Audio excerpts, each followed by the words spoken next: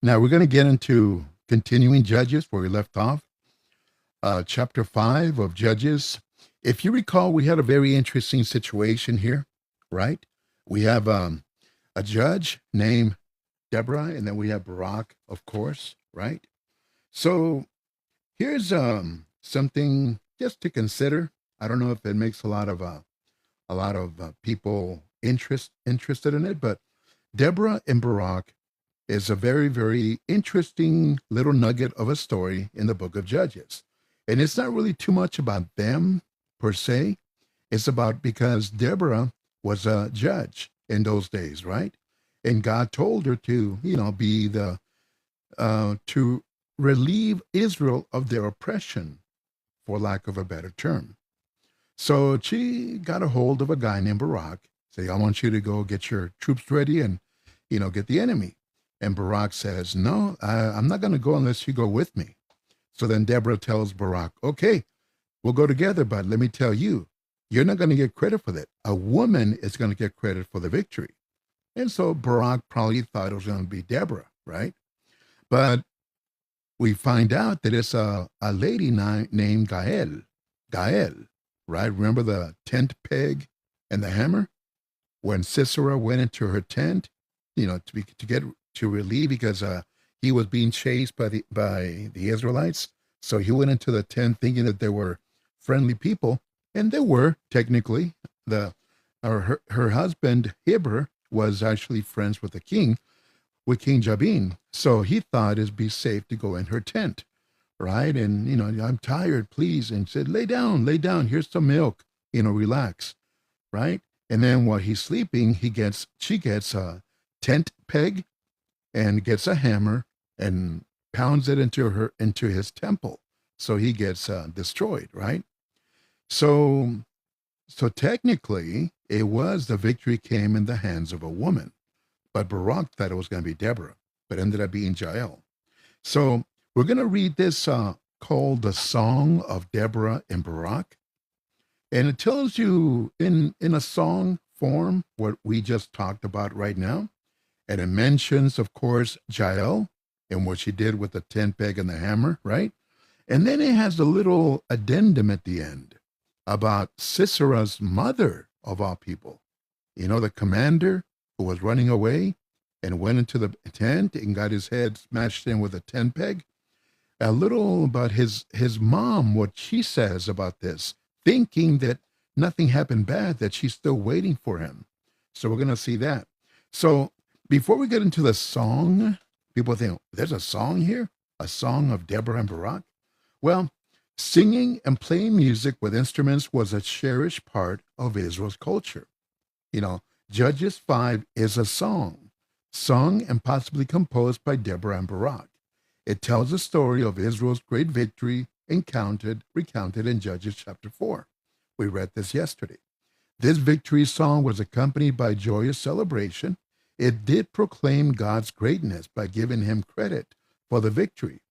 It was also an excellent way to preserve and retell this wonderful story from generation to generation. So, in victory, Barak and Deborah sang praises to God. Songs of praise focus our attention on God. It gives us an outlet for spiritual celebration and reminds us of God's faithfulness and character. Whether you are experiencing a great victory or a major dilemma, singing praises to God can have a positive effect on your attitude. So let's see what this song is about. Chapter 5, Judges. On that day, Deborah and Barak, the son of Abinoam, sang this song. Praise the Lord. The Israelites were determined to fight. The people gladly volunteered. Listen, you kings. Pay attention, you rulers. I will sing and play music to Israel's God, the Lord. Lord, when you left the mountains of Seir, when you came out of the region of Edom, the earth shook and rain fell from the sky. Yes, water poured down from the clouds. The mountains quaked before the Lord of Sinai, before the Lord, the God of Israel. In the days of Shamgar, son of Anath, in the days of Jael, Caravans no longer went through the land, and travelers used the back roads. The towns of Israel stood abandoned. Deborah, they stood empty until you came like a mother for Israel. 8. Then there was war in the land when the Israelites chose new gods.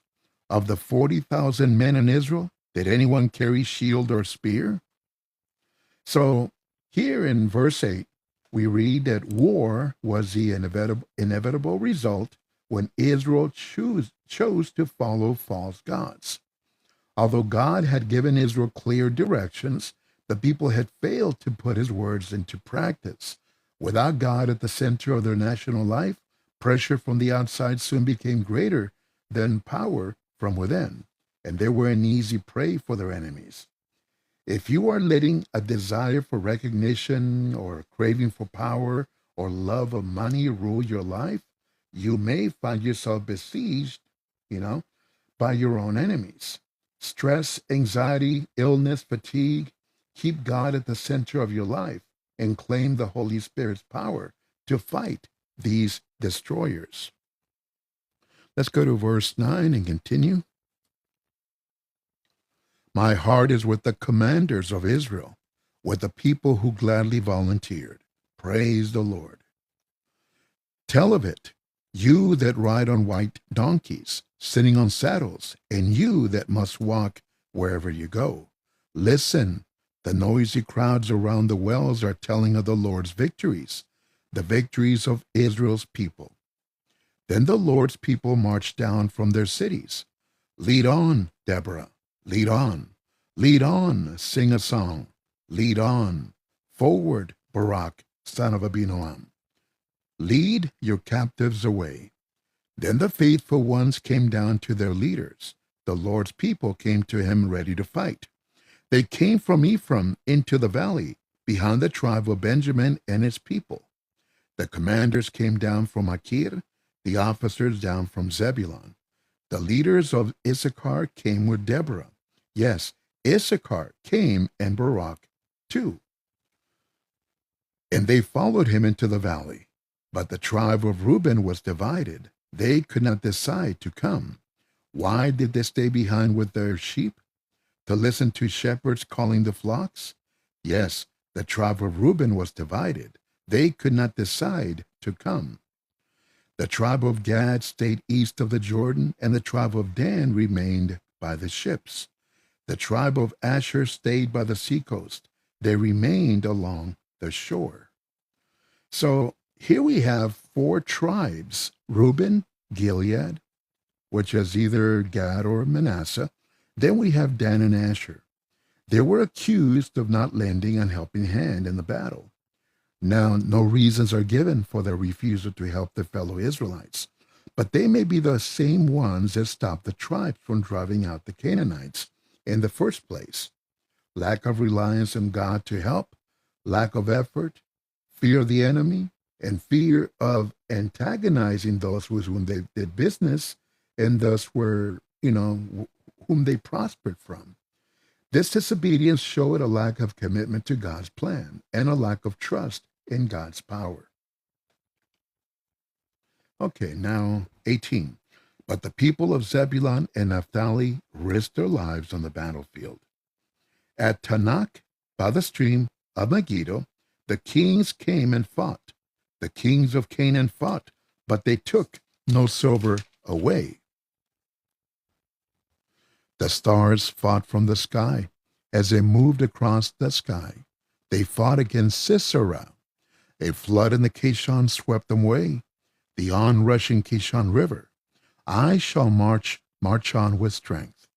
Then the horses came galloping on, stamping the ground with their hoofs.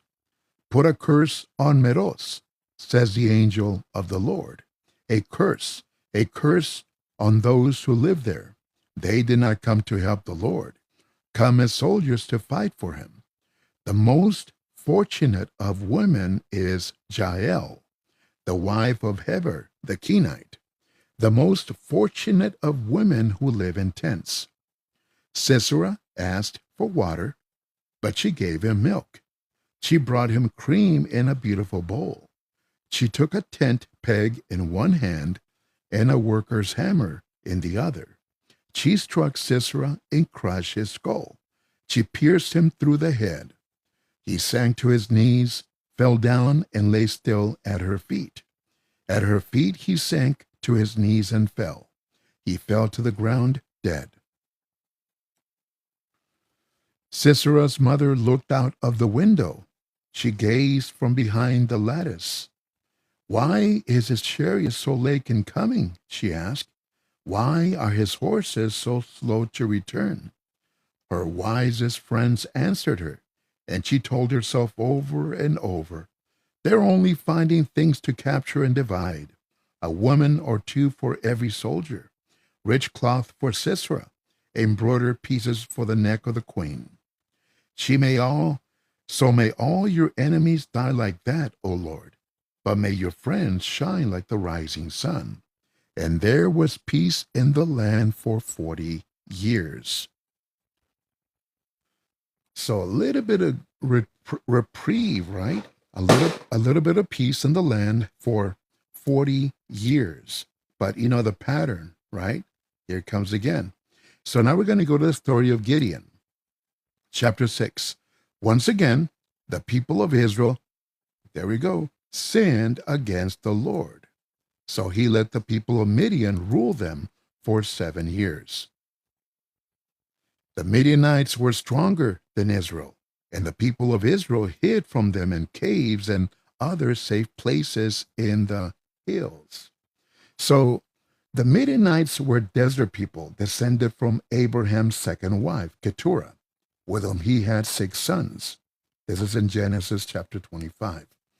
From this relationship came a nation that was always in conflict with Israel.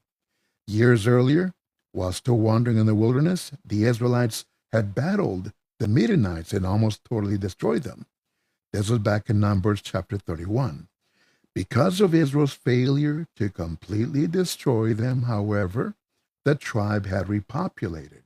Here, they were once again oppressing Israel. Okay, verse 3. Whenever the Israelites would plant their crops, the Midianites would come with the Amalekites and the desert tribes and attack them. They would camp on the land and destroy the crops as far south as the area around Gaza. They would take all the sheep, cattle, and donkeys and leave nothing for the Israelites to live on. They would come with their livestock in tents as thick as locusts. They and their camels were too many to count. They came and devastated the land, and Israel was helpless against them. So Israel was helpless against them, right? So again, the Israelites hit rock bottom before turning back to God. They could have avoided a lot of suffering if they had trusted him. Turning to God should not be the last resort. We should look to him for help each day. Obviously, life will not always be easy. We will have struggles, but you know what? God will give us the strength to live through them. Do not wait until you run out of options. Call on God first in every situation.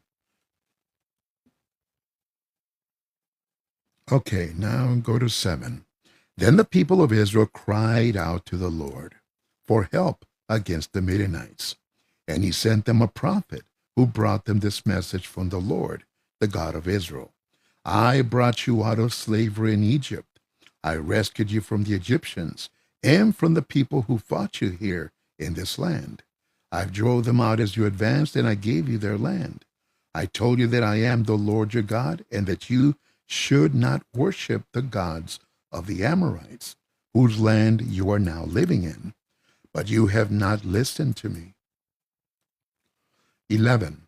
Then the Lord's angel came to the village of Ophrah and sat under the oak tree that belonged to Joash, a man of the clan of Abiezer. His son Gideon was threshing some wheat secretly in a winepress, so that the Midianites would not see him. The Lord's angel appeared to him there and said, "The Lord is with you, brave and mighty man." So what we have here is a couple of little things here. The Old Testament records several appearances of the angel of the Lord. In Genesis chapter 16, verse 7, Genesis 22, verse 11, Genesis 31, verse 11, Exodus chapter 3, verse 2, Exodus chapter 14, verse 19, Judges chapter 2, verse 1, and we're going to read more in Judges 13, verse 3, and even Zechariah, the book of Zechariah, chapter 3, verse 1 through 6. Why am I making a big deal about this angel? Well, whether it was the same angel appearing in each case is not known. The angel mentioned here appears to be separate from God in one place, Judges chapter 6, verse 12, and yet the same as God in another place, verse 14, the same chapter. This has led some to believe that the angel was a special appearance of Jesus Christ prior to his mission on earth as recorded in the New Testament. That's called a Christophany. Some people call it a theophany. Theo is a word for God, like theology, the study of God, right? Enthusiasm, God within. So theo is God. So theophany is an appearance of God. A Christophany is an appearance of Jesus Christ.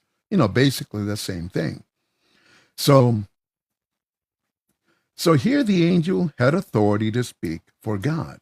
In any case, a special messenger delivered an important message to Gideon. Now, about this threshing, what's going on here, right? I mentioned what threshing was a few weeks ago, more like a month ago. But threshing was the process of separating the grains of wheat from the useless outer shell called chaff.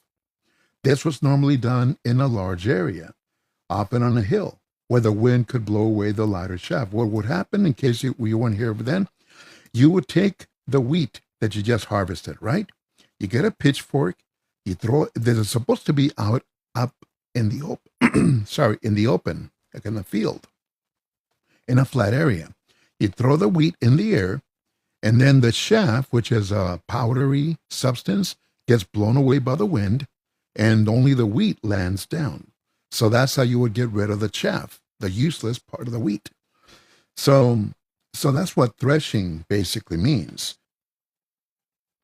We read about this also in the book of Ruth, which we're going to read after this book.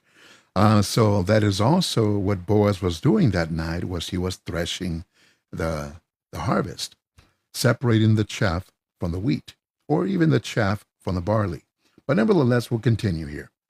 So where the wind would actually carry away the chaff, right? And the farmer tossed the beaten wheat into the air to separate the two. If Gideon had done this, however, he would have been an easy target for the bands of raiders who were outrunning the land. Remember, he had Midianites and Amalekites chasing all the Israelites. So he had to do all this threshing in a cistern, like in a wine press, underground. Can you imagine the hardship of that?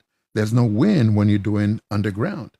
But, that's what he had to do, because otherwise these people would come and take away everything that he's working for. So how can we continue? Okay, therefore, he was forced to thresh his wheat in a wine press. Like I said, it was a pit that was probably hidden from view, and that would not be suspected as a place to find a farmer's crops. Okay, now verse 12. Let me read this again, because we're going to see what the Lord says to Gideon. The Lord's angel appeared to him there and said, "The Lord is with you, brave and mighty man." Gideon said to him, "If I may ask, sir, why has all this happened to us, if the Lord is with us?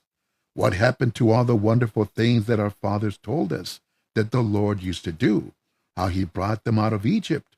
The Lord has abandoned us and left us to the mercy of the Midianites." So Gideon questioned the angel of the Lord about the problems he and his nation faced, and about God's apparent lack of help. What Gideon did not acknowledge was the fact that the people had brought calamity upon themselves when they decided to disobey and neglect God. How easy it is to overlook personal accountability and blame our problems on God and others. Unfortunately, this does not solve our problems.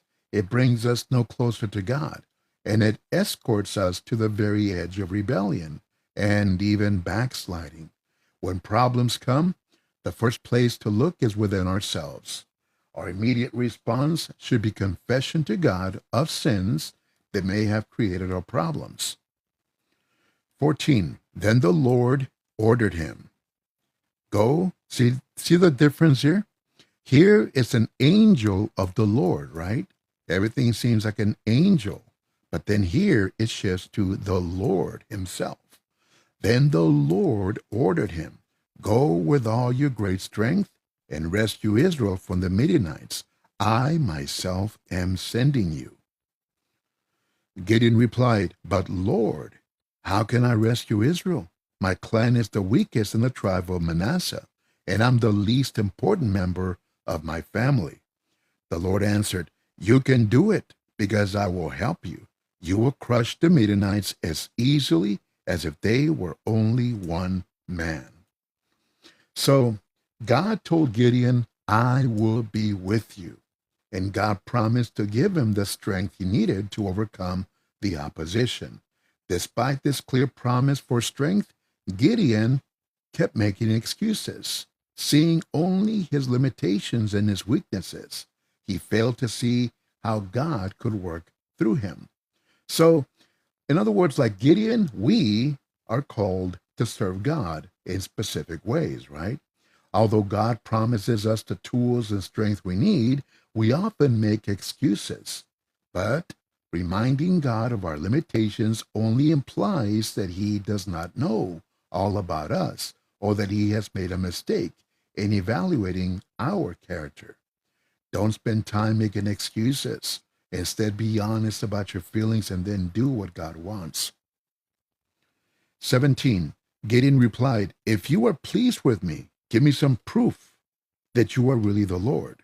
Please do not leave until I bring you an offering of food. He said, I will stay until you come back. So the Lord is going to wait so far, right? So Gideon went into his house, cooked a young goat, and used a bushel of flour to make bread without any yeast. He put the meat in a basket and the broth in a pot. He brought them to the Lord's angel under the oak tree and gave them to him. The angel told him, put the meat and the bread on this rock and pour the broth over them.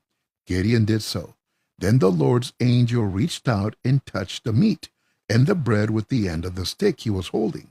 Fire came out of the rock and burned up the meat and the bread. Then the angel disappeared. Gideon then realized that it was the Lord's angel he had seen, and he said in terror, Sovereign Lord, I have seen your angel face to face. 23. But the Lord told him, peace, do not be afraid. You will not die.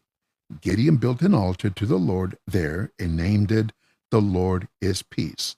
It is still standing at Ophrah, which belongs to the clan of Abiezer. So why was Gideon afraid of seeing an angel? The Israelites believed that no one could see God and live. You can look at Exodus chapter 33, verse 20 for this. Now, evidently, Gideon thought this also applied to this special messenger from God. Okay. 25. That night, the Lord told Gideon, take your father's bull and another bull, 7 years old, tear down your father's altar to Baal, and cut down the symbol of the goddess Asherah, which is beside it. Build a well-constructed altar to the Lord your God on top of this mound. Then take this second bull and burn it whole as an offering, using for firewood the symbol of Asherah you have cut down. So Gideon took 10 of his servants and did what the Lord had told him. He was too afraid of his family and the people in town to do it by day, so he did it at night. 28. When the people in town got up early the next morning, they found that the altar to Baal and the symbol of Asherah had been cut down, and that the second bull had been burned on the altar that had been built there. They asked each other, "Who did this?" They investigated and found out that Gideon, the son of Joash, had done it. Then they said to Joash, "Bring your son out here so that we can kill him." He tore down the altar to Baal and cut down the symbol of Asherah beside it. So after God called Gideon to be Israel's deliverer, he immediately asked him to tear down the altar of the pagan god Baal, an act that would test Gideon's faith and commitment. So religion was understood politically in the ancient world. So an attack on a god was often seen as an attack on the local government. Supporting that god is an attack of the local government. So if he was caught, Gideon would face serious social problems and probably physical attack. Gideon took great risk by following God's higher law, which specifically forbids idol worship. After learning what Gideon had done, the townspeople wanted to kill him. Many of those people were fellow Israelites. This shows how immoral God's people had become. I was telling you this in the beginning of Judges. God said in Deuteronomy 13 that idolaters must be stoned to death. But ironically, these Israelites wanted to stone Gideon for tearing down an idol and worshiping the real God. When you begin to accomplish something for God, you may be criticized by the very people who should support you. 31.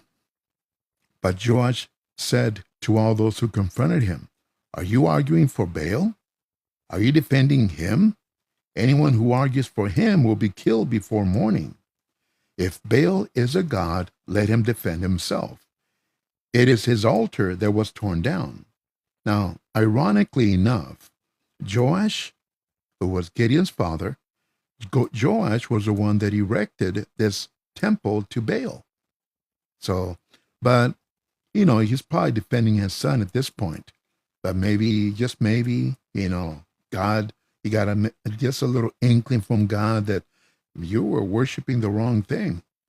So let's continue. From then on, Gideon was known as Jerubbaal, because Joash said, "Let Baal defend himself. It is his altar that was torn down." Okay, 33.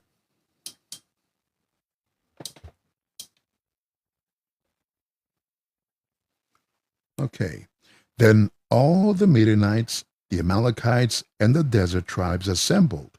They crossed the Jordan River and camped in Jezreel Valley. The Spirit of the Lord took control of Gideon, and he blew a trumpet to call the men of the clan of Abiezer to follow him. He sent messengers throughout the territory of both parts of Manasseh to call them to follow him. He sent messengers to the tribes of Asher, Zebulun, and Naphtali, and they also came to join him. So the armies of Midian and Amalek camped in the valley of Jezreel, the agricultural center for the area. Whoever controlled the valley's rich and fertile land controlled the people who lived in it and around it. Because of the valley's vast resources, many major trade routes converged at the pass that led into it. This made it the site of many great battles. Gideon's men attacked the enemy armies from the hills, and the only escape route was through the pass toward the Jordan River. This is why Gideon urged some of his troops to take control of the river's crossing points. We're going to see this in the next chapter, chapter 7, verse 24. Okay, let's continue here. The Spirit of the Lord, let's read this again so we can continue and finish this chapter. The Spirit of the Lord took control of Gideon, and he blew a trumpet to call the men of the clan of Abiezer to follow him. He sent messengers throughout the territory of both parts of Manasseh to call them to follow him. He sent messengers to the tribes of Asher, Zebulun, and Naphtali, and they also came to join him. Then Gideon said to God, "You say that you have decided to use me to rescue Israel. Well, I I am putting some wool on the ground where we thresh the wheat. If in the morning there is dew only on the wool, but not on the ground, then I will know that you are going to use me to rescue Israel. So here we have Gideon trying to test God. This is something we really should never do, but God allowed it for a reason. So Gideon did not believe this whole thing that the angel told him and everything. So he wanted proof, right? He wanted proof. So he said, I'm going to put this piece of wool outside, outside overnight. In the morning, you know how there's dew in the ground sometimes? In the morning, he's asking God, in the morning there is dew only on the wool, but not on the ground. Then I will know that you are going to use me to rescue Israel. So guess what happened? That is exactly what happened. When Gideon got up early the next morning, he squeezed the wool and wrung enough dew out of it to fill a bowl with water. But guess what? Gideon still wasn't convinced. Look what he does. Then Gideon said to God, don't be angry with me. Let me speak just once more. Please let me make one more test with the wool. This time, let the wool be dry and the ground be wet. That night, God did that very thing. The next morning, the wool was dry, but the ground was wet with dew. So, was Gideon testing God, or was he simply asking God for more encouragement? See, but either case, though, the motive was that he was asking God for proof, to obey God and defeat the enemy. His method was less than ideal, though. Gideon seems to have known that his request might displease God, and yet he demanded 2 miracles, even after witnessing the miraculous fire from the rock of the angel. It is true that to make good decisions, we need facts. Gideon had all the facts, but he still hesitated. He delayed obeying God because he wanted even more proof. So, demanding extra signs can be an indication of unbelief. Fear often makes us want more confirmation when we should be taking action. Visible signs are unnecessary if they only confirm that we already know is true. Today, the greatest means of God's guidance is His Word, the Bible. Okay, so remember, unlike Gideon, us, have God's complete revealed Word. Something to always consider. So after seeing the miracle of the wet fleece, why did Gideon ask for another miracle? Perhaps he thought that the result of the first test could have happened naturally. A thick fleece could retain moisture long after the sun had dried the surrounding ground. Putting out fleeces is a poor decision-making method. Those who do this put limitations on God by asking Him to fit their expectations. The results of such experiments are usually inconclusive, and so they fail to make us more confident about our choices. Do not let a fleece become a substitute for God's wisdom that comes through Bible study, prayer, and wise counsel. 7. Gideon defeats the Midianites. One day Gideon and all his men got up early and camped beside Harod Spring. The Midianite camp was in the valley to the north of them by Moreh Hill. The Lord said to Gideon, the men you have are too many for me to give them victory over the Midianites. They might think that they have won by themselves, and so they would give me no credit. Announce to the people, anyone who is afraid should go back home, and we will stay here at Mount Gilead. So 22,000 men went back. Right? 22,000 men went back, but 10,000 stayed. Then the Lord said to Gideon, you still have too many men. Take them down to the water, and I will separate them for you there. If I tell you a man should go with you, he will go. If I tell you a man should not go with you, he will not go. So what do we have here in chapter 7? Well, self-sufficiency is a handicap. when it causes us to believe we can do what needs to be done in our own strength.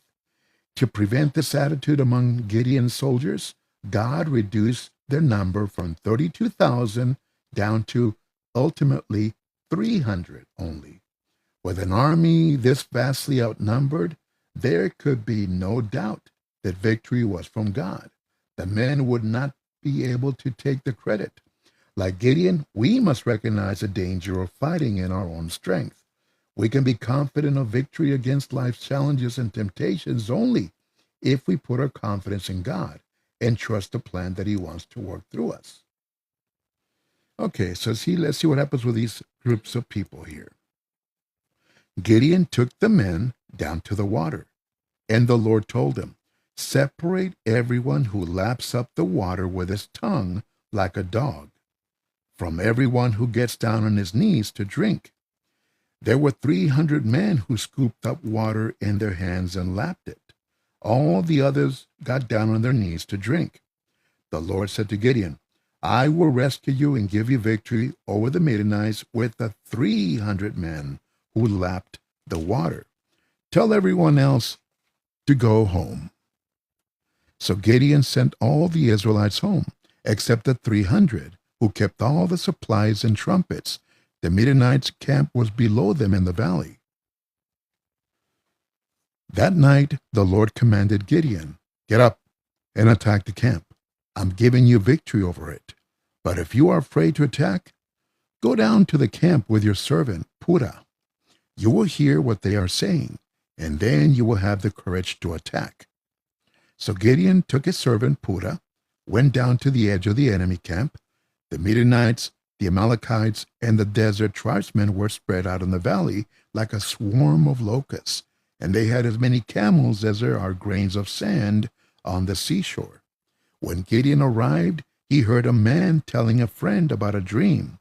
He was saying, "I dreamed that a loaf of barley bread rolled into our camp and hit a tent.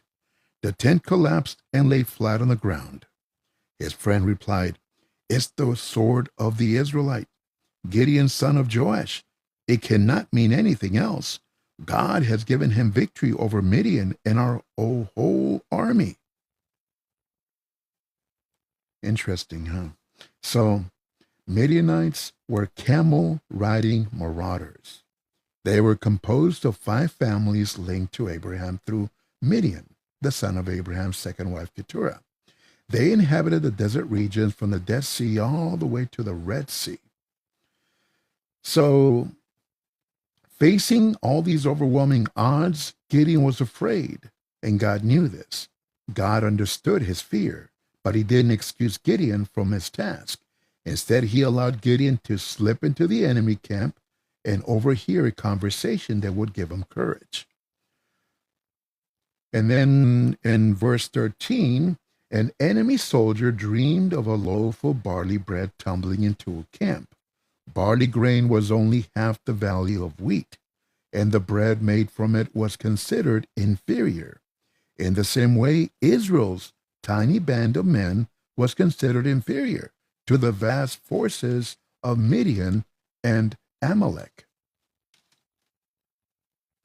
But you know what?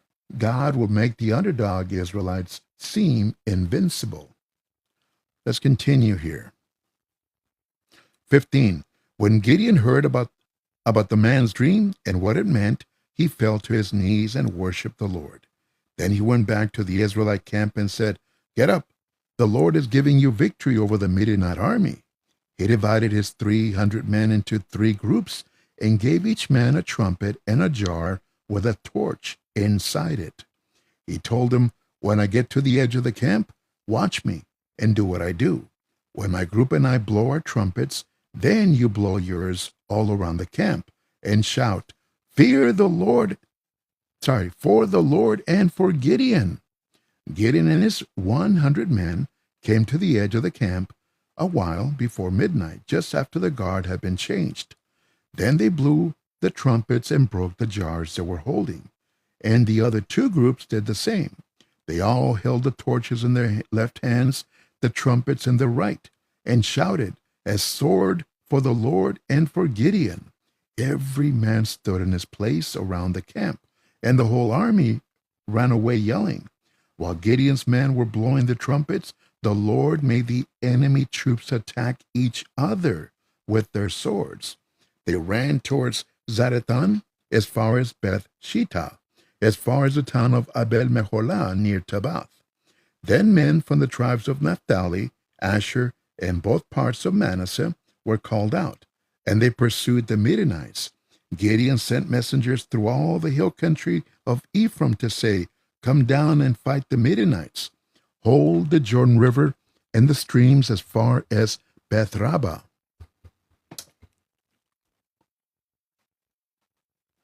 To keep the Midianites from crossing them, the men of Ephraim were called together, and they held the Jordan River and the streams as far as Beth Barah. They captured the two Midianite chiefs, Oreb and Zeb. They killed Oreb at Oreb Rock and Zeb at the winepress of Zeb. They continued to pursue the Midianites and brought the heads of Oreb and Zeb to Gideon, who was now east of the Jordan. So here, if you notice, the Israelites did something good for once. They didn't capture the kings and held them prisoner for a while, like even Joshua did and other people. Here, they immediately cut off their heads. They destroyed, they killed them. So Gideon's warriors simply watched as the army of Midian fell into panic. Remember, Gideon's army, they were holding a torch in one hand and a trumpet on the other. So they really were not fighting at all.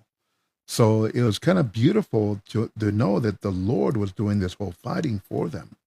So again, like I said, Gideon's warriors simply watched. That's all they did. As the army of Midian fell into panic, confusion, and disorderly retreat. Not one soldier had to draw a sword to defeat the enemy. Gideon's small army could have never achieved such a victory in their own strength. God wanted to demonstrate to Israel that victory depends not on strength or numbers, but on obedience and commitment to Him. Amen. We're done with this.